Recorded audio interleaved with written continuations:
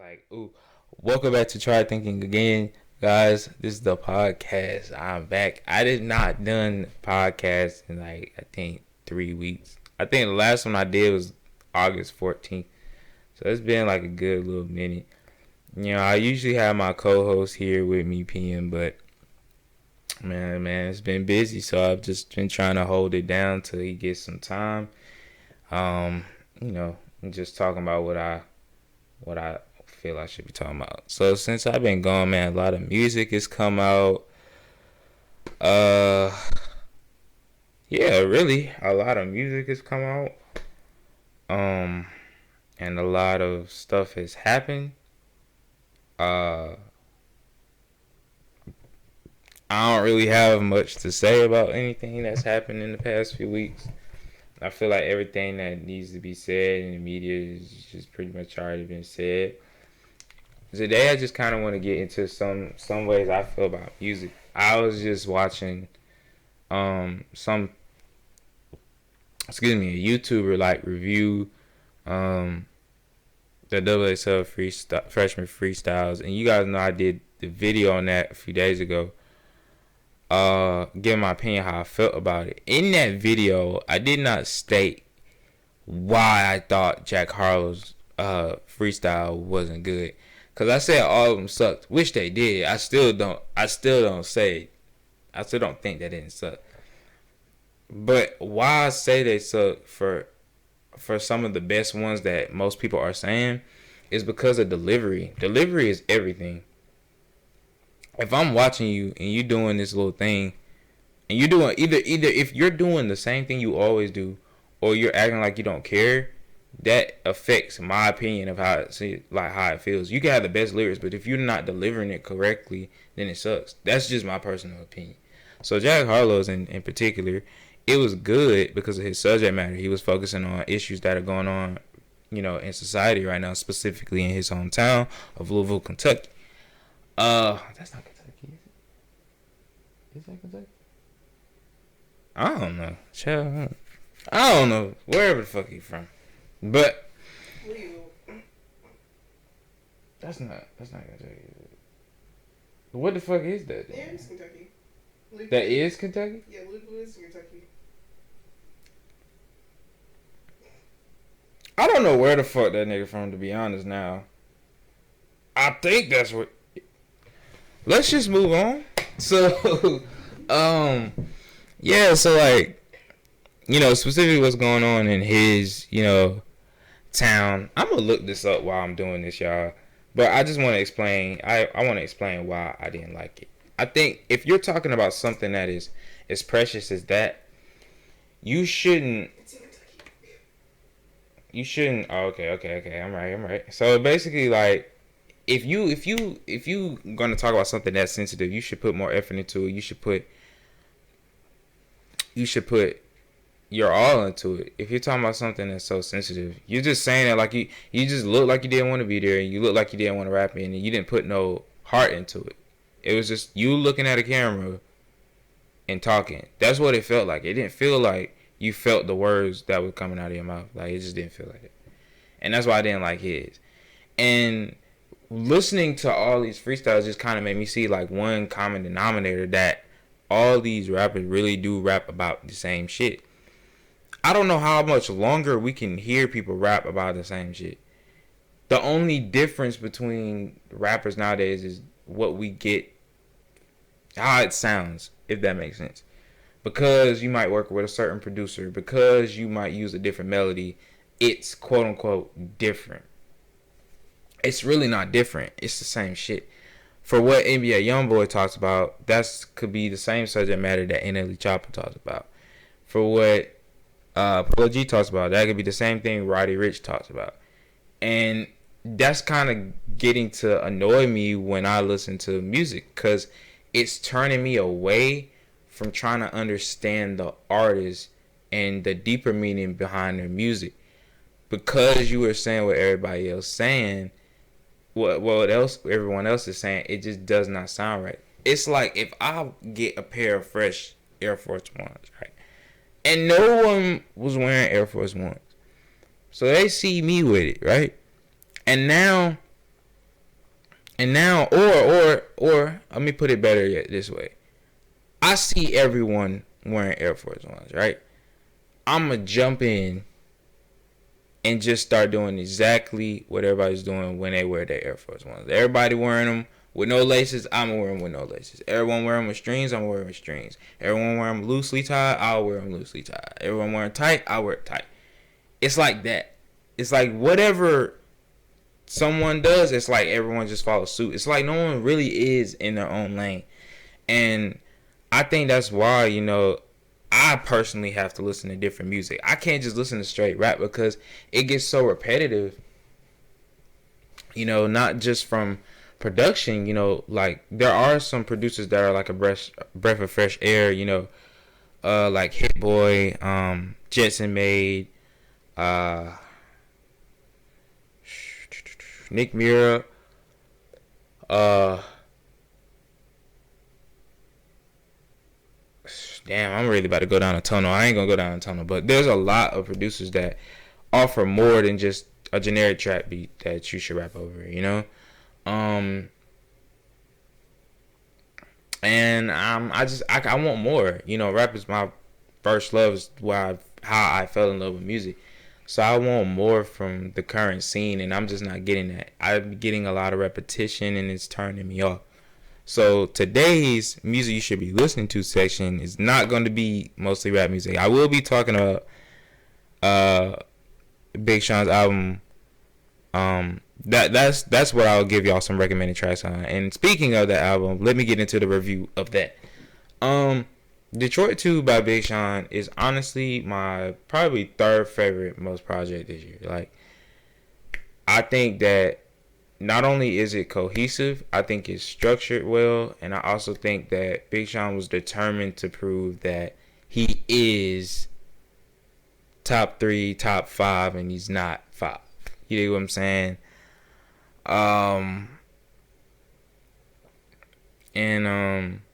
I think that's really what I get from this album. When he released I think it was called Deep Reverence with Nipsey Hussle, I was kind of put off because I was like, what is this? Is this finished? Is this not finished? Then I had to think about the artist that Big Sean is. Big Sean is not an artist that is going to bullshit his music. It will be polished. It will be finished. So I think that is how the song was meant to go. Not sure if, Nipsey talking while the beat's just kind of playing out was supposed to be like a thing. But I think that's maybe filling what was supposed to be maybe the last of his verse. Not sure of that, but that's kind of what it sounded like to me.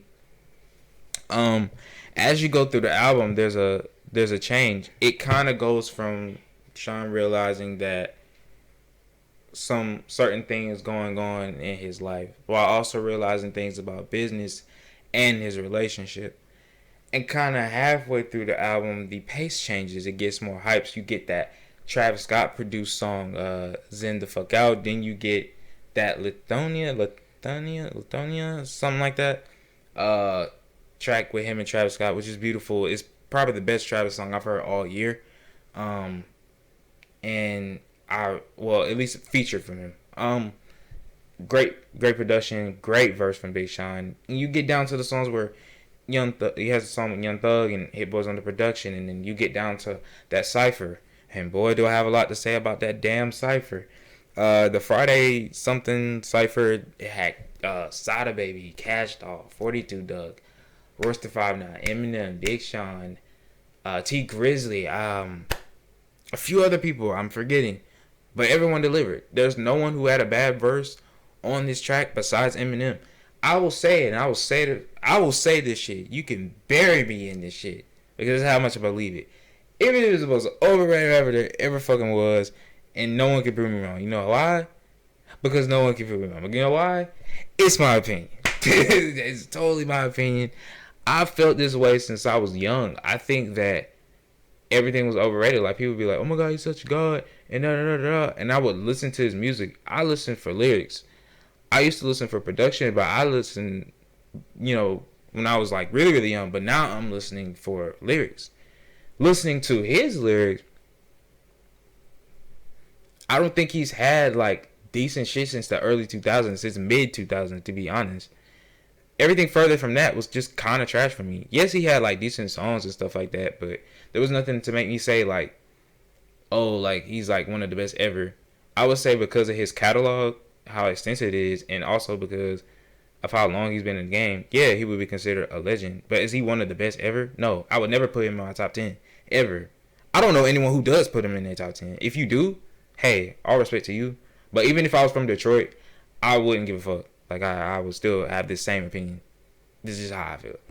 But like him being on that cipher with that type of beat, it just didn't work. Like what he was saying was better than what I've heard from him like really recently, especially on the Music to Be Murdered By album. But like I really, really did like what he was saying. It was just on the wrong beat. Like, why would you put Eminem on like such a hard beat like that? Like T Grizzly makes sense, Cash Doll makes sense, 42 Dugg makes sense, Sada Baby makes sense, even Royce made sense. Eminem just didn't make sense. It sounded like shit, personally.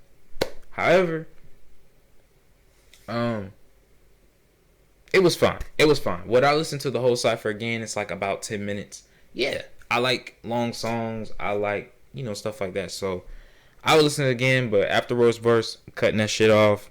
I'm sorry, but yeah, that's how I feel about that. Then getting into the album as a whole, like I said, it's very cool. I think it's very well it's structured.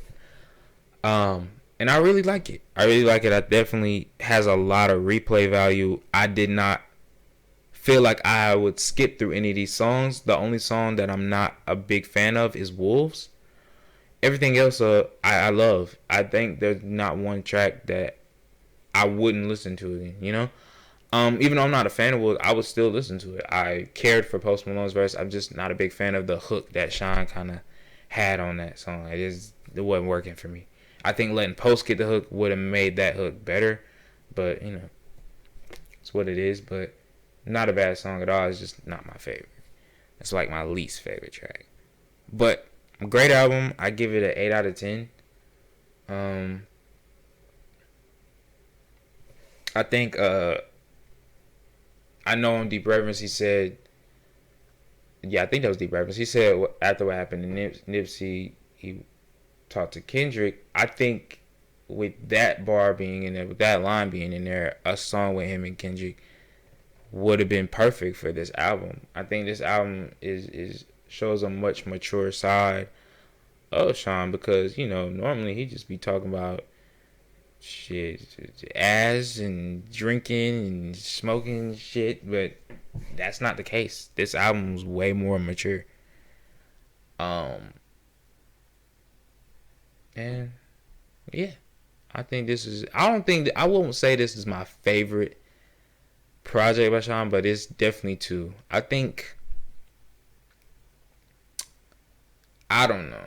I can't even say what number one is. It's definitely a tie between I Decided and the what's that joint called? Dark Paradise or some shit, something like that. I can't ever remember the name of it, but those two. I love the singles off of the Dark Paradise shit, whatever the fuck that's called. I love the singles off of that. Great singles on that.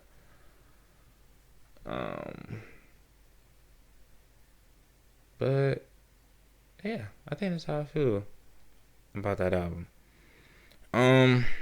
Other news that's been going on, let's see. I don't think anything music wise has been like crazy like announced. I know Busta Rhymes was supposed to be putting out some shit with I forgot he was supposed to be putting out some shit with it, but I don't know if that came out today or last night, but I definitely need to go take a listen to that because I remember like there was like a trailer for it and a whole bunch of shit like that. So let me take a look for y'all real quick.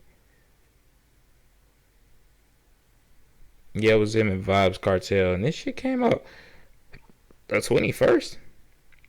How late have I been? Well, alright. I guess I will just do that later, but I don't know. One thing I have noticed though is how many people are like There's two things I noticed this week. Hold on. No, I'm just talking about that later. That shit was hilarious. I'm gonna talk about that later. But one thing I did notice this week was like Mulatto like is doing her thing. I might not like all her verses. I might not like the turn she's taking in terms of her rapping ability, but I like how she's moving. She's moving great. I mean, the WAP cameo, then the double XL list, then features on top of features on top of features. Today, she just, her album just dropped a few weeks ago. Then boom, she got a feature on the Do It remix, Chloe and Halle uh, song. She's remixed on there along with the City Girls and Doja Cat. I like that remix, but I want to talk about it later. And then she has this song with Jeezy. So she's doing her thing, and what I've noticed is that the industry sees something in her. You won't be getting features like that if the artist and the industry doesn't see something in you. So I think by the end of this year, she'll get that feature that will propel her into definitely in the mainstream next year. She's gonna have a way bigger fan base. So that's something I can already predict, and you can see how bright her future is just by every day. It's like every week I'm seeing her featured on something. So she's working hard, and I can't do nothing but respect that. Also, what I'm seeing is the support for Lil Durk after the Laugh Now Cry Later track with Drake. I think that people are finally starting to take a more of a listen to Durk.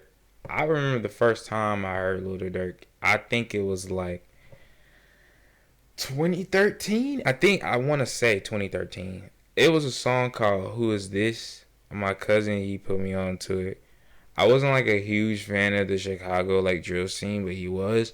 So any poppin' person from that area, from Chief Keef to Lil Durk to Rondo, Number 9 to L.A. Capone to Young Pappy to, the people who are the leaders of like the front of Chicago now, like King Von and, G Herbo and Cowboy and Polo G. Just people like that. I've been following the movement, but just slowly.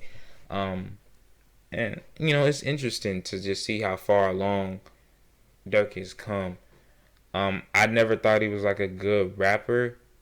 I still don't think he is, but I think he knows how to put a verse together. He knows how to use those melodies. I think when Durk moved to Atlanta and started to work with more artists, and he kind of had to step his game up, I think that's when he became a better rapper and he became a better artist in general, because I've seen him on tracks that he does not belong on. Like hearing him on that track with Drake, I didn't think he belonged on that. But the way he came in and owned the track was a lot different than I expected it to be. And I could only respect it. I think that it's really just up from here for him. I think that if he just put out a single today, I thought it was okay. And it's interesting. I just think it's very interesting, like where he's going. I think if he just keeps heading in that right direction, he'll end up just like Miller. I think those would be two big artists heading into 2021. I just think they need to keep it up. Yeah, for sure. Yeah. Trying to think other things I've been noticing.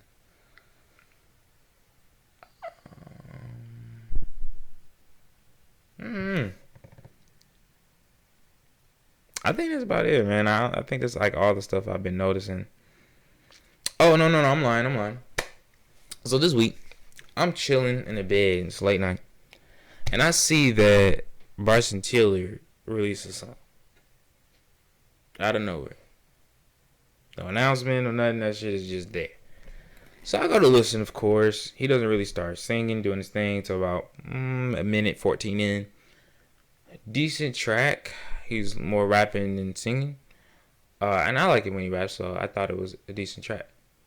So then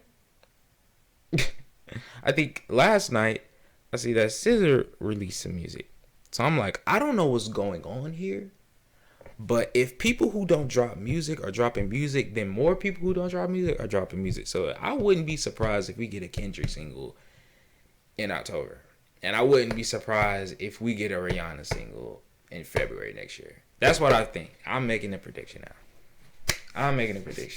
Because if people who don't drop music is dropping music, there is something happening.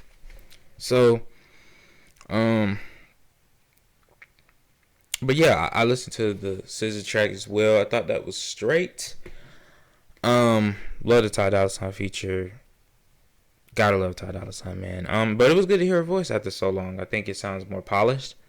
I think she took the time and took some of that criticism from her first album and wanted to make it sound a little different. It did sound a little different. I think the song's straight. As for it being a single, it's cool. Nothing too crazy. It's not like, you know what I'm saying? Not like she said nothing like astounding, but it's cool. Yeah,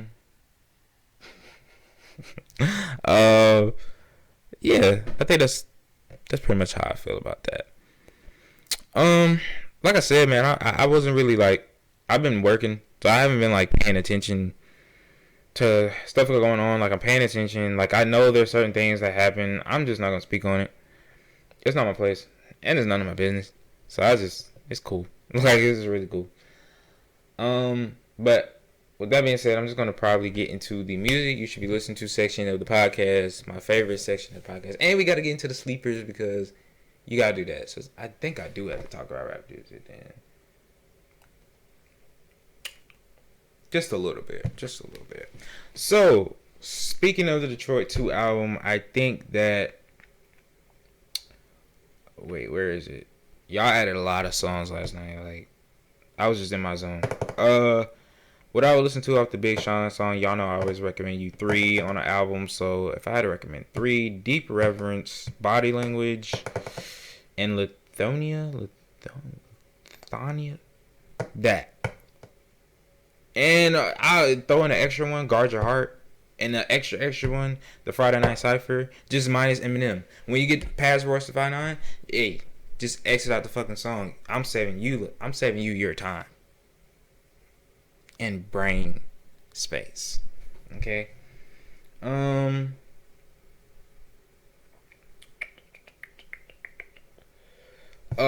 did mention the G-Eazy Mulatto track earlier. I think it's a good song. Same shit from G-Eazy. Nigga raps the same every fucking time. But the Mulatto verse was good here. It's a little different than what she usually does. What else? Baggin', which is Marshmello and 42 Dugg. Now, I don't know if you guys have seen my videos on the worst songs of 2020 so far, but We Paid is on that list. I cannot stand 42 Dugg's voice on that. I think it's just too much auto-tune, and for his like accent, it just does not work well with the auto-tune. However, on this song, it is so much more tolerable, and I can understand him a lot more. So I really do like this song. I'm gonna be listening to this a lot more. The Voice by Lil Durk, definitely still recommended. I think that's all I have for like rap music. So with that being said, I'm gonna get into a very, very long list of sleepers. So I think the first sleeper I probably have is I don't know how y'all feel about R&B, but Nicole Buzz, she be doing her thing. There's a song called You. It has a sample by the Wu-Tang Cream. And she did it live. She has a live album. I recommend you guys listen to the live album. Shit's hard. Let's see. I was listening to some gospel music. Cause I don't know what the fuck I was on last night, but I was like, I'm listening to some gospel music. So, and listen to some gospel music, just like some recommended shit under, and I found this song by this guy. I'm trying to figure out what the name is. It won't let me go to the album, so. But it's the album. The dude's name is Melvin Crispell. How you say that? Crispell the third. There's a song called "Wonderful Is Your Name." It was beautiful. It's a very beautiful song. I'm not really into like gospel music like that. for Christian music, but I really did like that. I was bumping that. I forgot to mention this one. Vroom Vroom. This is A Boogie, Don Q, and Trap Manny. I did like this song. I like the beat. I kind of like how they all just flow on the song. It just all kind of comes together really nice. Ari Lennox. She did this song with a guy named Anthony Ramos. It's really in tiny print. Like I can barely read it. But the song's called "If You Want Me to Stay." Love that. This is this girl I found fucking around because I usually just be fucking around when I find music because they happen to have two of my favorite artists at the moment in it, so that's how I found it. But her name is Jack Ross. Spelled it Jac Ross, like the store or the name. And the song's called "It's Okay to Be Black 2.0", and this is featuring D Smoke and Buddy. And I love Buddy and I love D Smoke, so I already knew I would love this song, and this song's amazing. I would recommend it.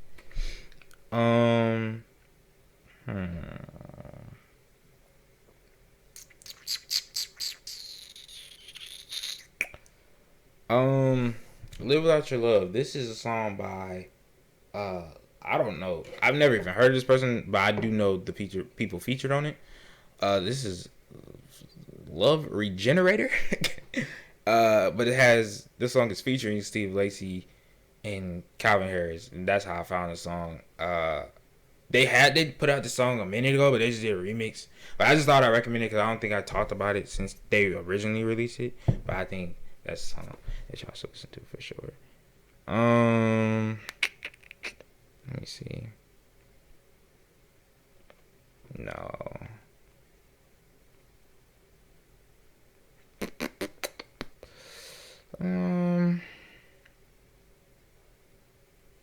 Yeah. I think that's it for the sleepers and the music you guys should be listening to, man. I don't think I have much else to say. Pretty dry week in terms of news, but a great week in terms of new music. But hopefully I'll have my co-host with me next time. This just felt weird. I feel like I had nothing to talk about, man. I miss my co-host, man. That's my buddy. That's my best bud. So hopefully one day we get time to go ahead and knock it out again and do a great podcast like we did almost a month ago. But I think the next one should be fun. I just feel like next week's gonna be a good week in music. There's a few more albums dropping, so there'll be a lot to talk about. And hopefully no drama happens next week. Hopefully it's a great, smooth week. So other than that, I'm gonna get up on out of here. I hope you guys enjoyed the podcast. I was yours, JJ. I will be back next Friday, September 11th. Damn. That's tough. But I will be back next week, Friday, to do the other podcast. And I know XXL Cyphers are dropping. I'm not sure if they're going to drop them all that week or they're going to do it sporadically, like, do once a week.